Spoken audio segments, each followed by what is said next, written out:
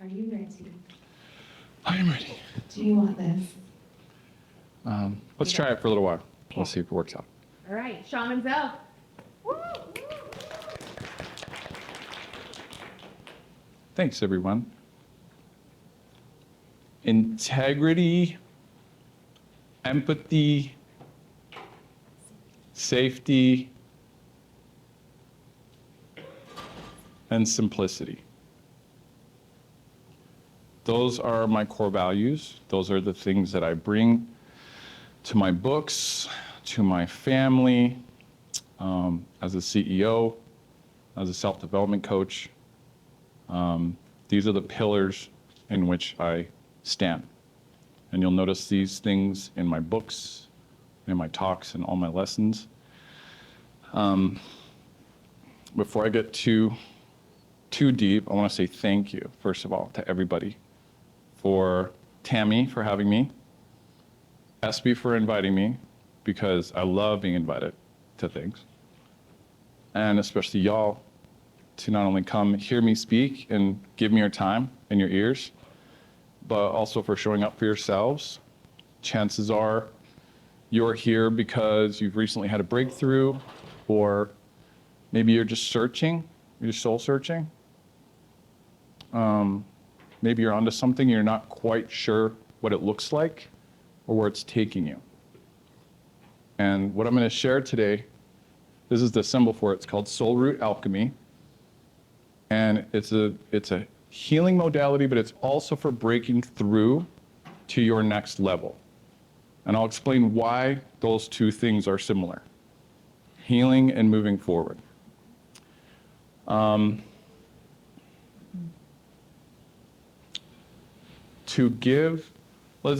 want to give you some context. So in other words, what does integrity mean to me? And let me know if this resonates with you.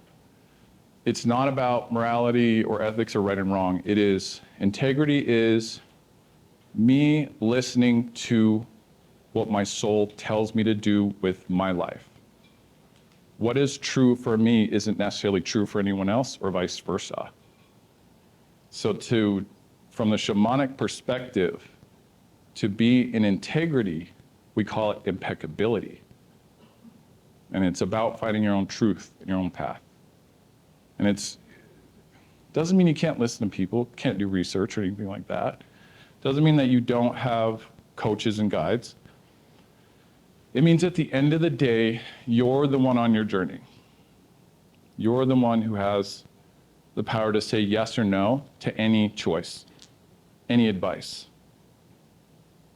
And it takes a lot of courage to listen to your soul when everyone else is telling you something different. Does that resonate? Has anybody here ever been in that situation? Show of hands. Yeah, you got to trust yourself. Okay. So that's my context. And maybe you have a different context for integrity. To each their own. I honor that. Empathy. What does empathy mean to me? Empathy means, specifically if you find yourself in a leadership position, and this could be as a practitioner or as a parent, teacher, coach, something like that, coming to the level where your people that you are serving are at. Not preaching, not shouting commands from some ivory tower. But actually, I get emotional.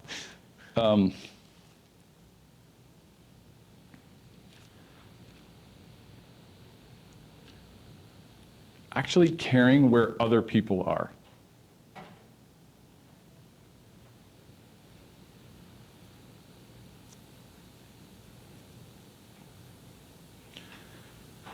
And instead of judging them and casting stones,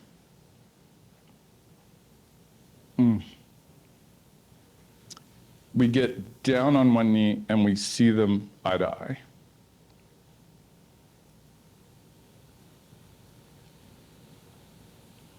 And we help them get from where they are to where they want to be. And we actually support them. without judgment or condemnation. That at no point am I better than anyone else.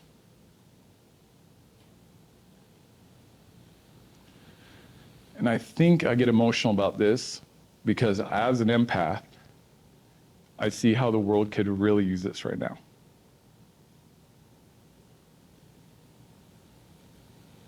That a lot of us are casting stones. And it's part of being human. It's part of fear, right? It's part of fight, flight, fawn, freeze. And I honor that part of humanity. I really do. If we are to claim that we are higher consciousness beings, then catching ourselves before that happens and moving into a space of love before we speak and text and Facebook is a requirement. That higher consciousness beings don't actively try to hurt other people. But we actually look into ourselves and say, how does this person show up like I used to? And meeting them there. Who thinks that would be really nice to have a leader like that in their life? Yeah, your boss, right? Your partner, whoever. That's leadership. It's not control. It's not manipulation, it's not fear. That's leadership from a space of love. And the reason people choose out of that is because it's hard. It's a lot of work. It puts you in a vulnerable space. And oftentimes, it puts us in the position where we have to eat our own medicine.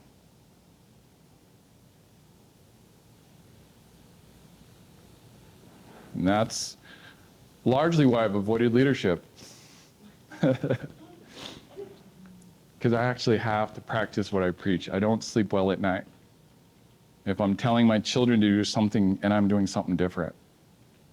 And the same goes for my clients. The same goes for my friends and family. And that to me is powerful. And I've learned things from that. Empathy's been one of my greatest teachers, for sure. Safety. What does safety mean? Safety is one thing. Now, to just give you a side note, I'm a huge proponent for earth medicines.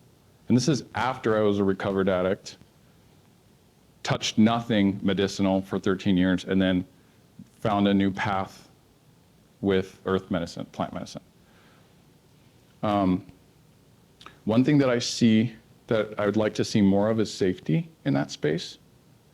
Mental safety, emotional safety, physical safety, spiritual safety.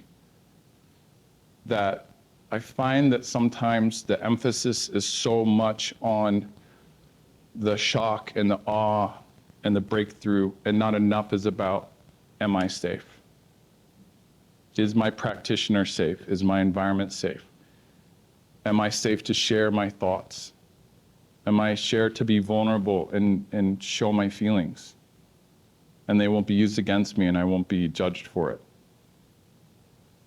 So I find that safety translates also to my family and my friends and my business. And then lastly, simplicity. I'm a big fan of Occam's razor, if you guys don't know what that is. It's the philosophy that the simplest answer is often the best one. So the way I would say, how does that show up in self-development, enlightenment, in the healing world? How would I apply that on a grand scale? I would say you're free to read and study and absorb anything you want.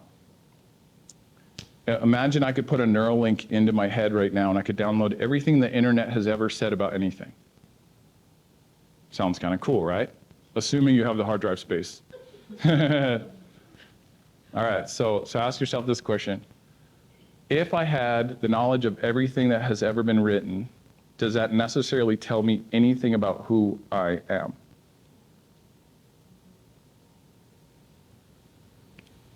No, it tells you how you could act. You know, it gives you great stories and great things. But at the end of the day, does it tell me who I am? No.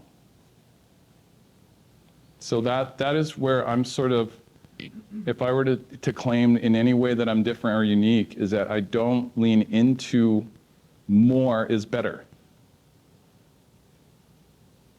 I'm more like, you're enough. You have enough life experience right now, and with some tools and a little bit of guidance,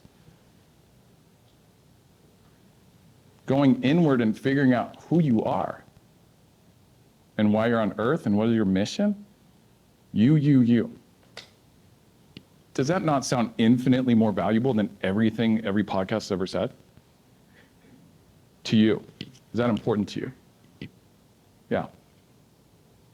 So when I work with people, and I coach CEOs, ex-military, people fresh out of prison, people fresh out of rehab, I've done coaching in rehab.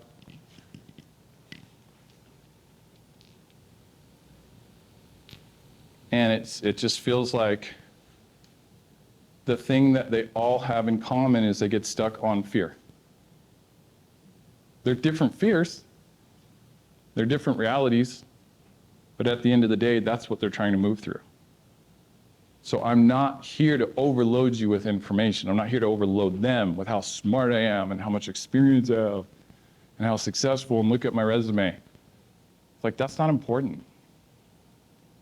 Like, who are you? You know, can I help you get there? That's what I want to do. And I'm of the firm belief, and it's been my experience, that we are born loving creatures. If you look at babies, what are their traits? What are some of their characteristics?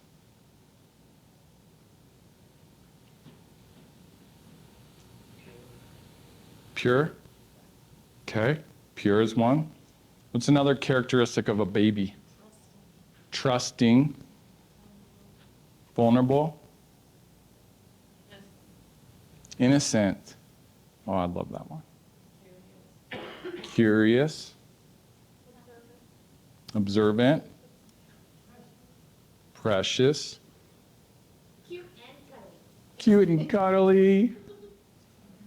They also cry a lot. They cry a lot. Do you know how I would translate? You know how I would translate that? Honest. Yeah. Yeah. You never know what. You never need to know what they're feeling. Yeah. They're just like, I'm sad. Ta-da. So they're very transparent. They know what they want. Yes. Are they happy? Remember that feeling? Remember joy? Like, these are the things that get buried under the mountain of misinformation and information. And we're being constantly deflected and tempted and distracted by all the things that we're not. And is it making any of us happier? Like, is the nation in the state of peace and abundance and prosperity right now?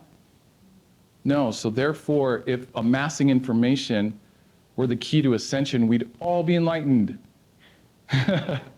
Wouldn't we? We got libraries, YouTube, Google, chat. Your mom's got opinions, your dad's got opinions, your friend's got opinions, some stranger you don't even know who doesn't like you because your face is a certain way. All right, so we have no shortage of information. But yet, we're not happier. We're not more free.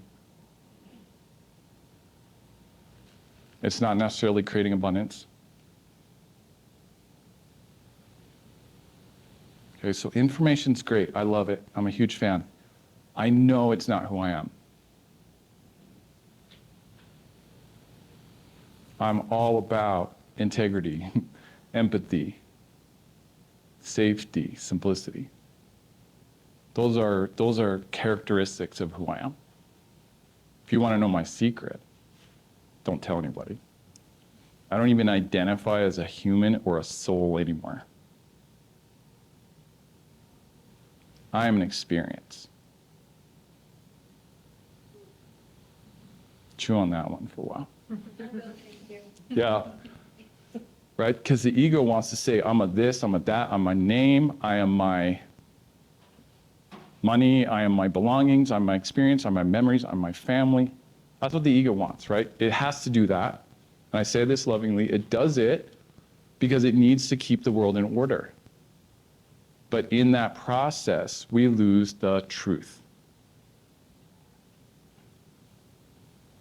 So, as I was saying before, the truth, it's been my experience that when you look at babies, we were all born as loving creatures. And the ego does a fairly good job of helping us forget, and so does the world, with all of its information, misinformation, and distractions. So how do you cut through all that?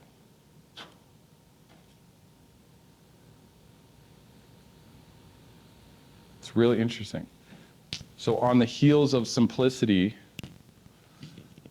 I have found 5 things that regardless of the experience or situation I find myself in, regardless of whether I'm in a high or low frequency, regardless of whether I'm doing really well or the chips are stacked against me, these 5 things have always been present, and I've had to pass through them in order to move forward. Would you like to know what those are? Okay. So I call them the 5 stages of breakthrough.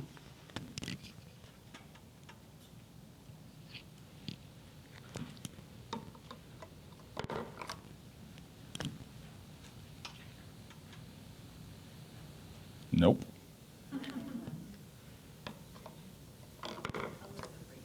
Yeah.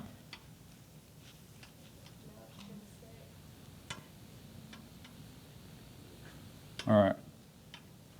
5 P's, aka the 5 stages of breakthrough. First one, pinpoint. Second one, purge. Third one, pivot.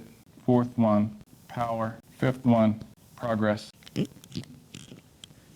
So to give you a little background, during the day, I help manage a multi-million-dollar company.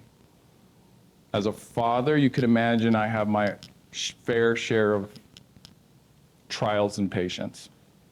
At night, I'm a self-development coach, and I assist people in finding their own truth and getting back in touch with their own power using a system I created for myself when I was getting clean from alcohol and an Oxycontin addiction, fresh off of losing a $500,000 company, $100,000 in the hole.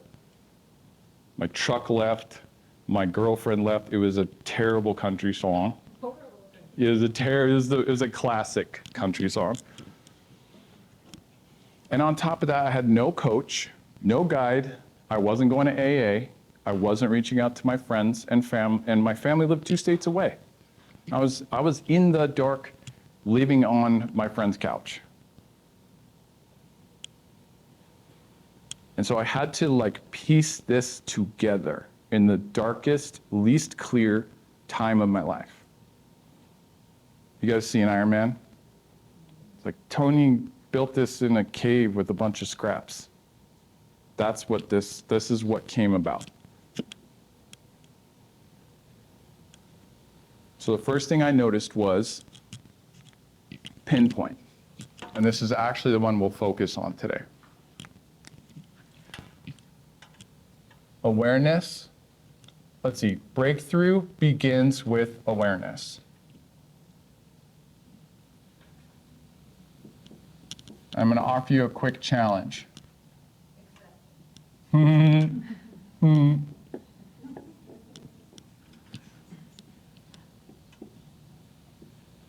gonna ask you to kind of put your brain into experiment scientist mode for a second. Now,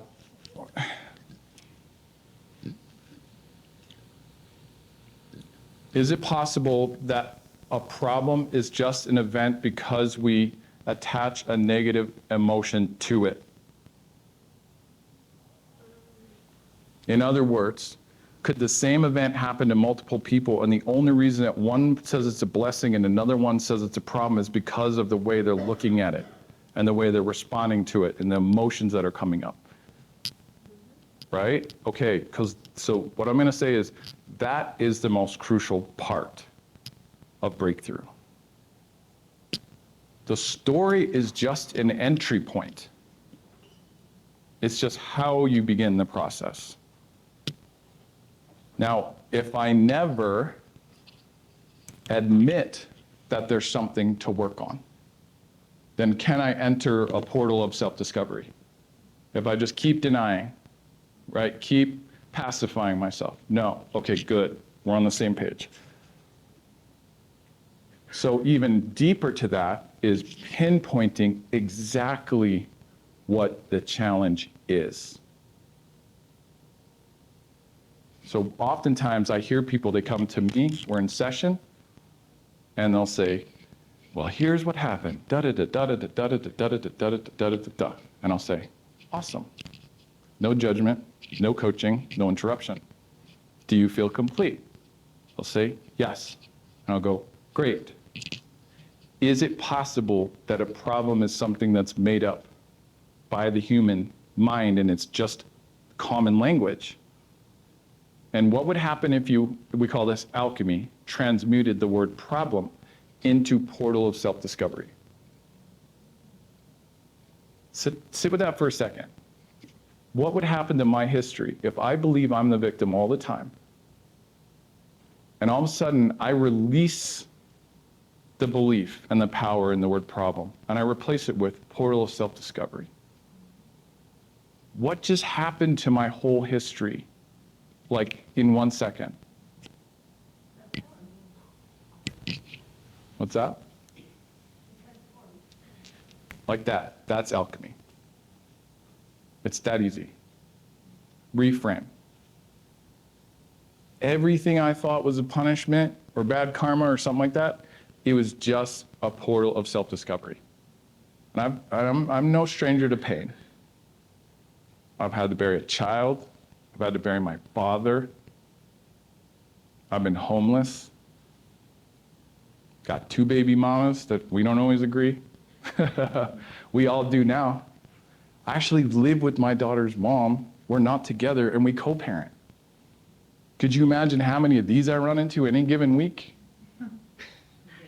Constantly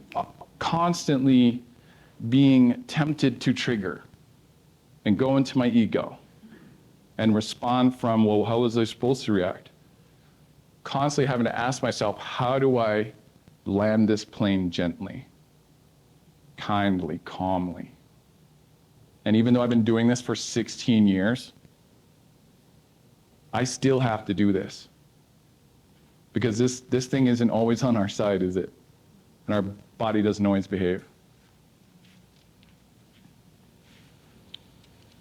So what I noticed when I first, and this is the symbol for it, by the way, I designed it.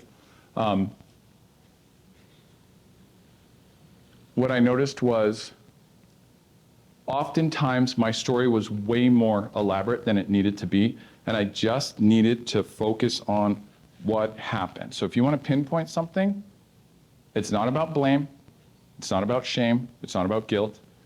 It is a historical event. That's it. This happened. Here's what I contributed to it.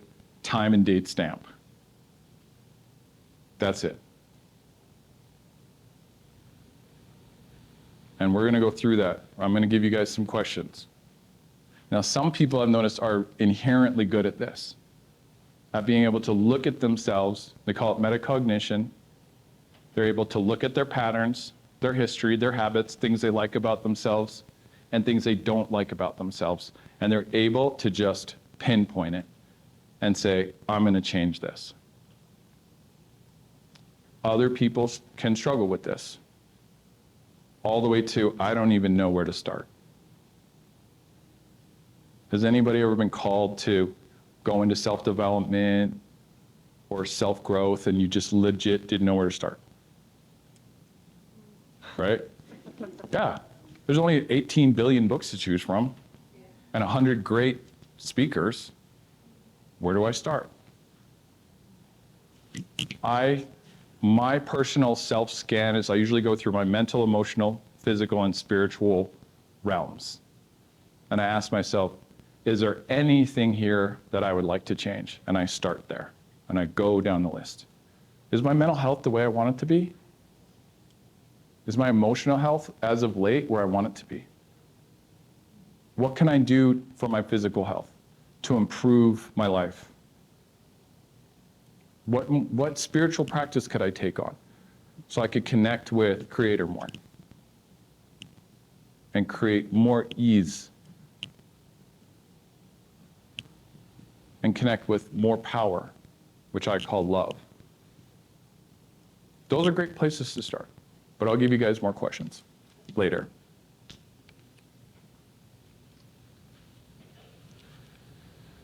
So after I've helped someone, I've held space for them, talking through their story, I say, would you like to create a solution from this? It's always yes. Okay. The next question is, how do you feel? And you'd be surprised how many people struggle with this one question. How do you, when you think about this, when you're going through this in your mind again, how are you, and this is the term I use, allowing yourself to feel? And that's a mantra that if you're going to write something down, ask yourself this. Write this down. Do I allow myself to feel? Has society taught us it's not okay for men to cry or for women to be mad? And how many of us have granted sanction to those limiting beliefs? And how much damage has that done to our society? Where we demonize a function that's built into our body. That negative emotions aren't bad, they're just indicators that something's off. And so what do? We avoid and deflect and repress and compartmentalize. And in some cases, it's important. Man, if you're my doctor and you got my chest open and you're working on my heart, yes, compartmentalize, bro. I want you to stuff those tears. I need you to focus right now. But when you get home and I'm safely sewed up, okay, now go process, go cry, sit with it. And so what I think is really interesting is that we will compartmentalize in order to keep the peace for right now, but energy doesn't die, according to Einstein. Energy cannot be created or destroyed, it can only be transformed. So we forget the second part. And thank God for retreats and therapists and light workers and actually giving people the time and space to go unpack that and pull out the drawers and open the closets and face the skeletons. But life gets busy, we get distracted, and we don't even do that. And then we're so surprised when our society is riddled with disease. And we're duct taping our society back together with prescriptions so we can keep it together to get to work tomorrow. Never really getting to the root that we are just holding on to things that don't serve us anymore. You might hear me say this over and over again. Whoever said that time heals all wounds has never scraped their knee.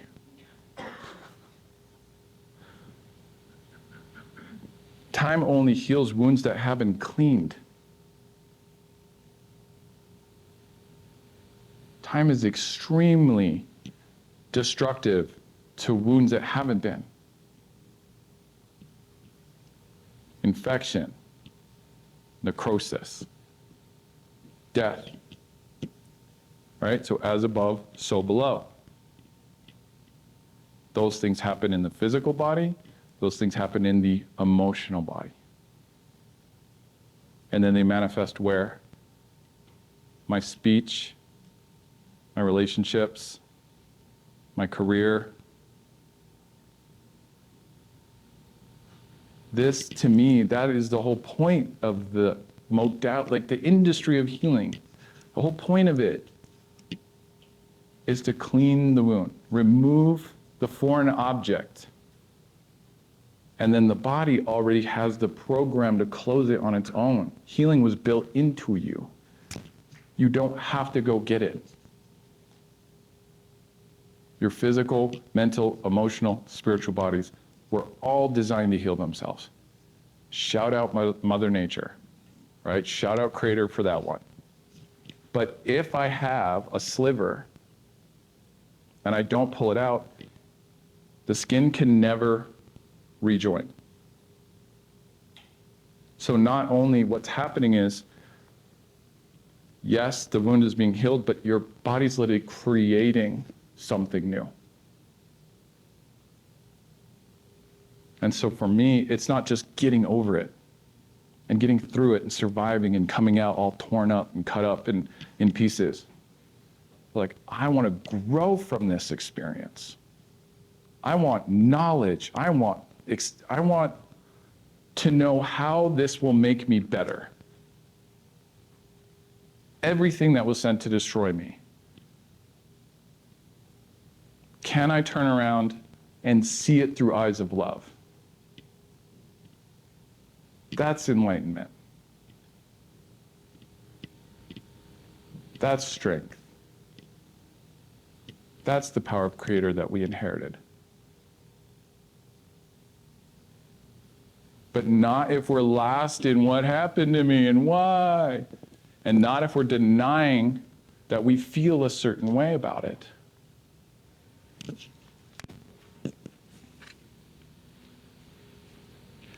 So when I say integrity, I'm very honest to myself about what happened. Was this me? And if this is me, I'm going to take ownership for this. Am I proud of how I showed up there? No. I'm going to take ownership of that too. I'm going to give myself permission to feel kind of bad about what I said or did.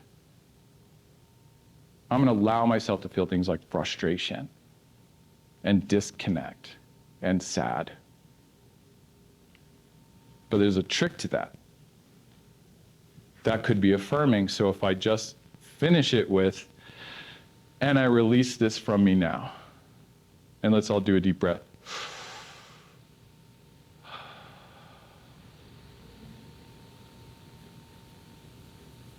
That's a magic recipe. I allow myself to feel da-da-da-da-da-da-da-da, and I release this from me now.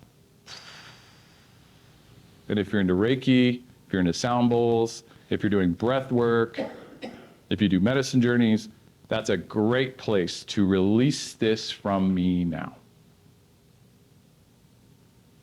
And it's just, you know how to do it. That's what's crazy. All these things aren't rocket science. They're not secrets. It's just nobody wrote them down. And I just happened to notice, like Cat Williams says, if you were to make a list of everything that you've ever been through and you still continue to get up every day and still make things happen for yourself and your world, that is the same story arc of every hero that's ever lived in every book since history began.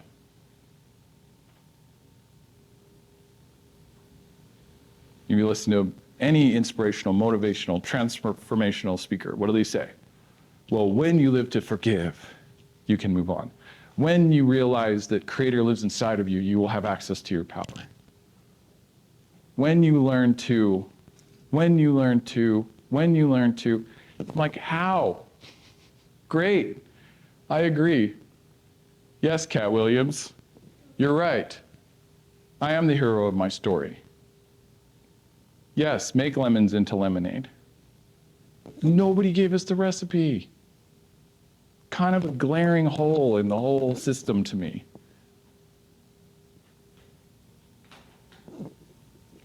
So being honest with what happened, not taking ownership for other people, not projecting, not judging, allowing myself to feel. And then this is the crazy part. The choice, and I say that consciously, the choice to make this work for you. That's yours.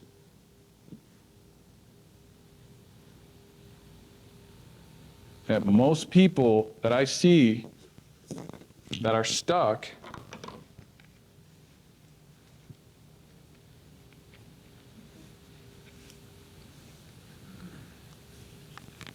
live here. Bing, bong, story, I feel bad, story, I feel bad. I feel badder because I've told the story more drastically. How many people have that friend who's still pissed about something in 1985? Okay? Do you want to be that guy or that lady? No, neither do I. I got other stuff to do. It's not even a judgment, it's like preference. That is not an enjoyable way to live. Lost in the past. And my kids are like, Dad, can we have tacos? I'm like, sorry, I'm reliving my trauma. You know, so. I'm changing my story. Yeah, no, I'm reliving, yeah, I'm re-traumatizing myself. Don't bother me. Okay? Yeah. Okay, and as conscious beings that love ourselves, we allow ourselves to have this experience, and at some point, as a sovereign decision and free will has to be made, and that is, I'm done living here. I have lived in my past long enough. I have romanticized my pain long enough. I've defined myself by what happened to me long enough. And this line, do you see how this is whoa?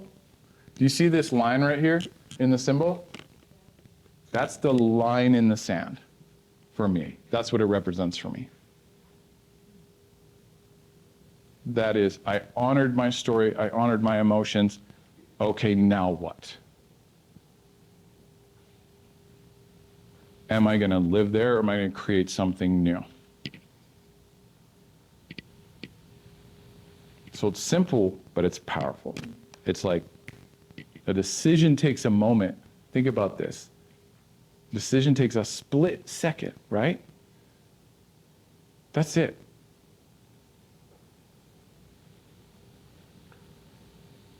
Transformation, that's the path you're going to walk on after. But the choice to say, it happened, I allowed myself to feel, I released it, now what? That in itself is a tool, even if you don't access the other ones.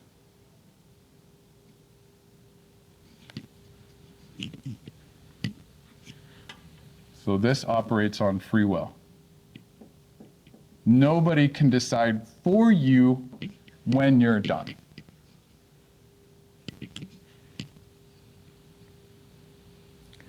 And I was told by one of the shamans I trained under that animals operate on pattern and instinct. Humans have this beautiful power to consciously decide what they're going to do next.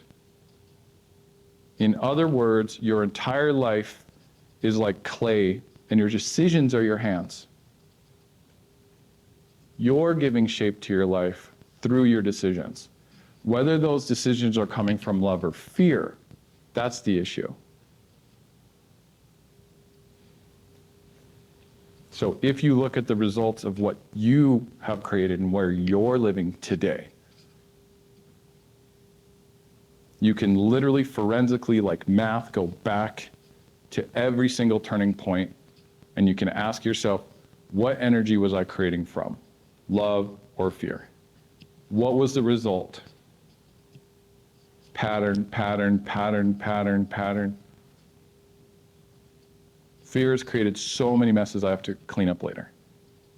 Love has fixed so many things I didn't think could be fixed. And it maintains my life now. It is a solid foundation. I'm not talking about anything romantic. I'm not even talking about spiritual. Love, when I talk about love, I mean courage. I mean empathy. I mean forgiveness. I mean patience. I mean acceptance. I mean bliss. I mean joy. It's functional. It's not moral, it's not ethics, it's not spirit. It's a functional energy to create from. Could you imagine if all your relationships were built on jealousy and hate? Have you ever heard an inspirational speaker say, the key to success and money and wealth is hate? No. It is love, and it's corny to some people, but to me, it's literally the engine of my business. I need courage, I need patience, I need clarity, I need passion every day to do my job. Same with being a conscious parent. Same with being a conscious partner. Same with being a guide. I show up with that energy, and that's what I put on the table. And then the miracles sort of take care of themselves. I don't control the outcome. I just know where to aim the rocket. So next, power. So what is power? Now, power in the Western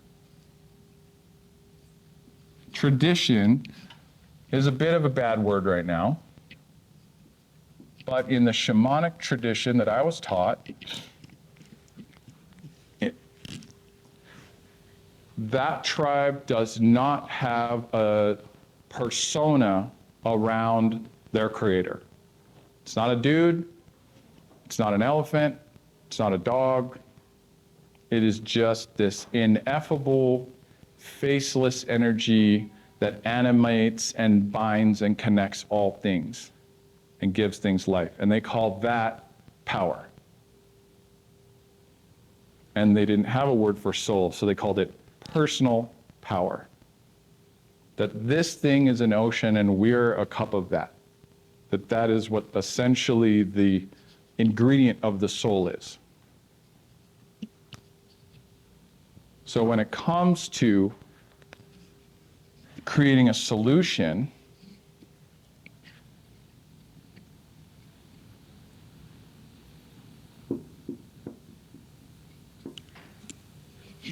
if I'm here, I don't make decisions.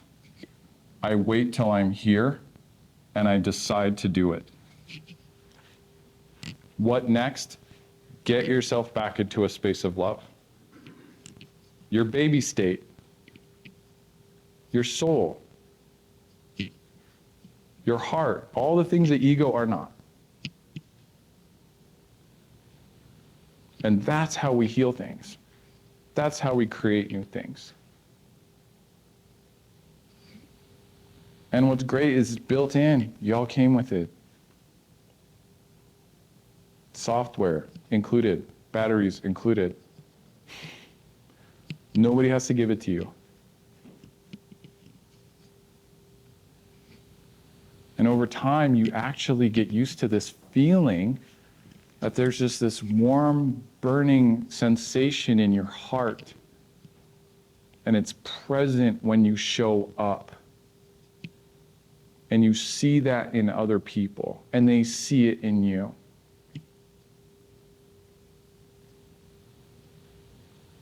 So can I always live in a fluffy, blissed out, unicorn, rainbows flavor of love? No, because I have my fair share of challenges and distractions. Can I skip from courage to patience to acceptance to bliss to joy? Yes. So in that context, you can always live in a space of love. You just get familiar with all the different frequencies and magnitudes, and then you just sort of frogger across the highway. And that's how I get through my days. That's the only reason I could climb 3 mountains. Parenting is a mountain. Shamanism is a mountain. Owning a company is a mountain to climb. Some people will never climb one. Not judging, but I'm saying they will never understand the monumental task that it is to do any one of those. I have to do 3 in a day and not lose my mind and not lose my cool and show up as an example to my children. They're watching. And my daughter has X-ray vision. She knows when dad's not being sincere. So how I operate is not just surface, it's core level. Courage breaks through most blocks. Patience waits for the rain to pass.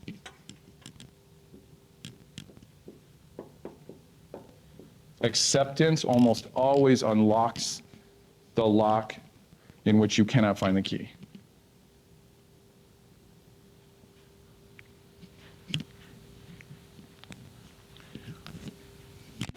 So what I'll say to myself is, and repeat after me, I now create the space for. And I want you to envision a circle with nothing in it. Okay? Courage. Have courage when you say that. Courage. Patience. And acceptance. And I arrive at this space at the perfect time. Deep breath.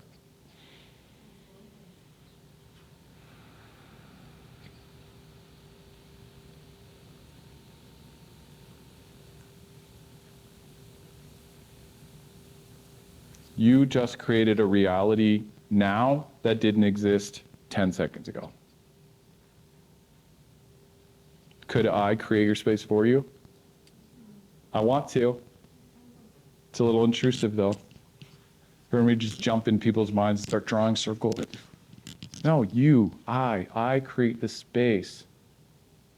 I create a space for a solution. I create the space for courage and love and forgiveness. Nobody, for me, can do that. No book, no podcast, no ascended master, even if they drop down from the sky, or like Buddha was like, hey dude, he couldn't do it. Do you understand how empowering that is? Do you know how many solutions, do you know how many inventions, do you know how many breakthroughs came from someone creating a space for a reality that hasn't existed yet? Everything came from that. Poetry, music, art. It didn't exist. Boop, it does. Genesis, creator. We were born into it. And all I need to do is remind myself that I can do it. How many people here have pinpointed something in their life that was bothering them? How many people here have allowed themselves to feel it? How many people have finally gotten tired of feeling it and created something new? How many people know that love lives in their heart? Isn't that crazy? You know how to do this. I'm just reminding you.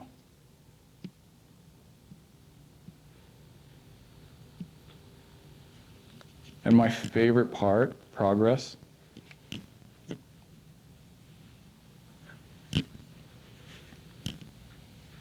when the solution manifests, and I'm going to say it again, when the solution manifests in real life, then I've arrived here. And it might fall out of the sky, or I might see the opportunity for me to create it. But I do not document it. I do not document as this portal closed until I see proof.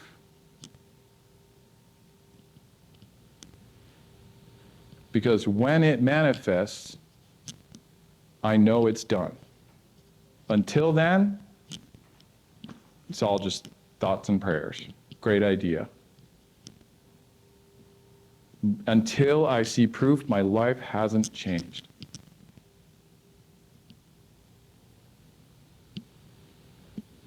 And that weeds out a lot of chaff. That separates a lot of what matters and what doesn't. When you change your habit, when you create your next opportunity, when you finally let go of that thing, and you can hold it in your hand,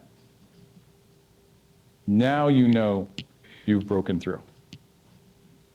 And then guess what? You can do it again, and again, and again, and again, and you get better at it, and it stops being a process, and it starts being the way you are.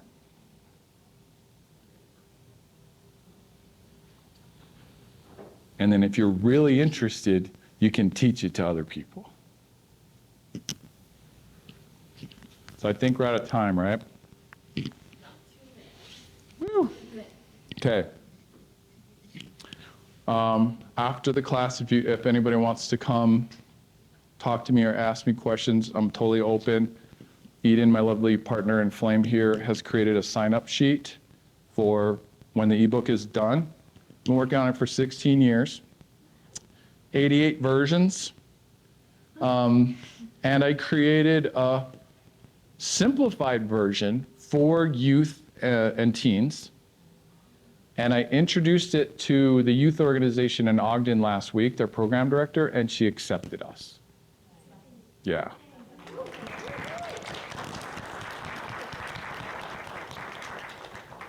Go love.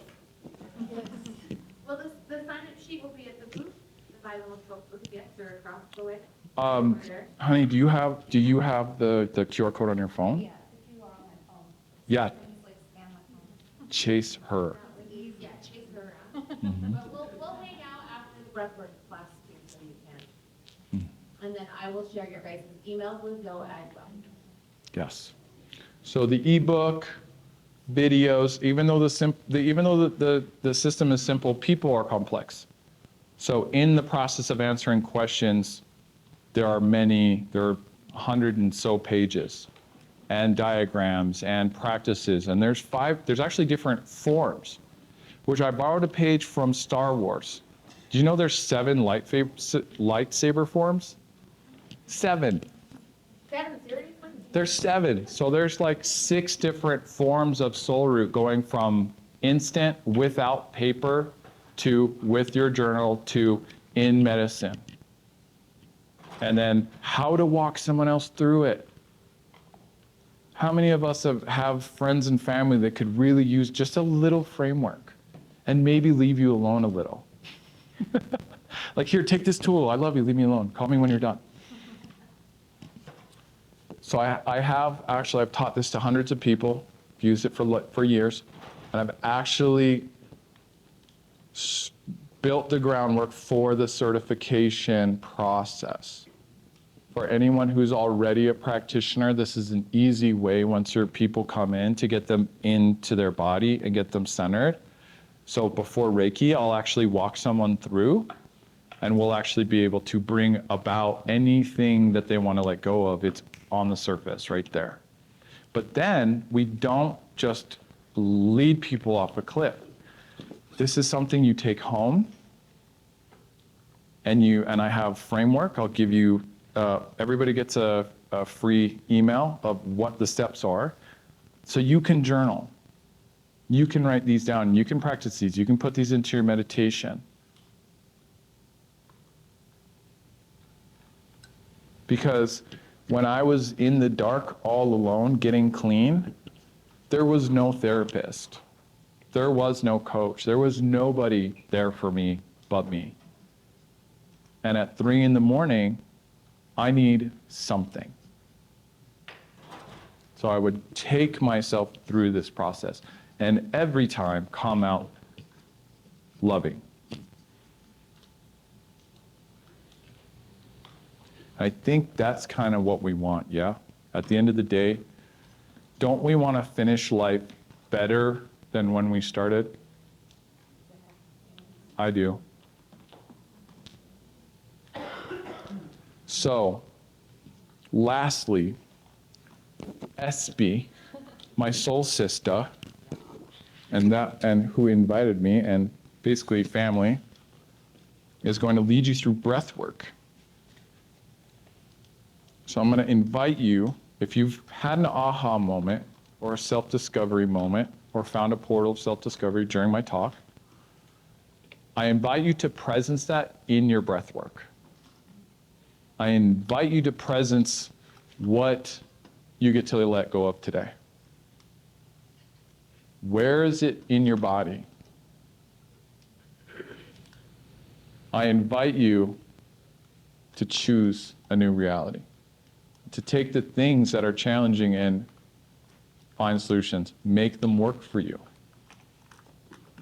I invite you to connect with your courage, with love, with acceptance, with patience. And last, imagine what would things look like if I were able to always create from a space of love.